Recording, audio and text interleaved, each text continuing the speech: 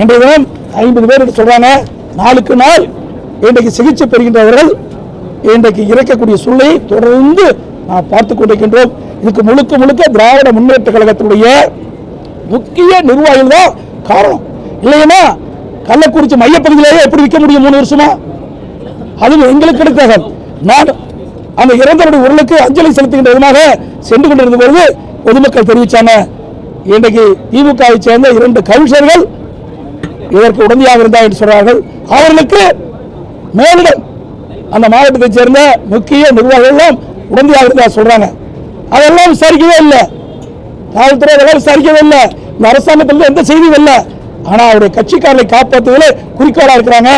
அது மட்டும் இல்லை, அந்த கள்ளச்சாராய் விற்பனை செய்த அந்த நிதியில பார்த்தீங்கன்னா கதவுல கோவிந்தராஜ் இப்படித்தான் இருக்குது. ஆளுங்கட்சி சேர்ந்த போட்டோ ஒட்டி இருக்குது. அப்படி என்றால் ஆளுங்கட்சி இந்த கள்ளச்சாராய் விற்பதற்கு துணை போகுது, நிறுவனமாகுது. இப்படியெல்லாம் ஆட்சி அதிகாரத்தை வைத்து இந்த கள்ளச்சாராய் விற்பனை செய்ததன் மூலமாக மதிக்க முடியாத இன்னைக்கு 50க்கும் மேற்பட்ட உயிர்கள் இழந்திருக்கின்றோம். இன்னும் பல பேர் அபாய கட்டத்தில் இருப்பதாக மருத்துவர்கள் தெரிவிக்கின்றார்கள். இதையெல்லாம் வன்மையாக கண்டிக்கிறோம்.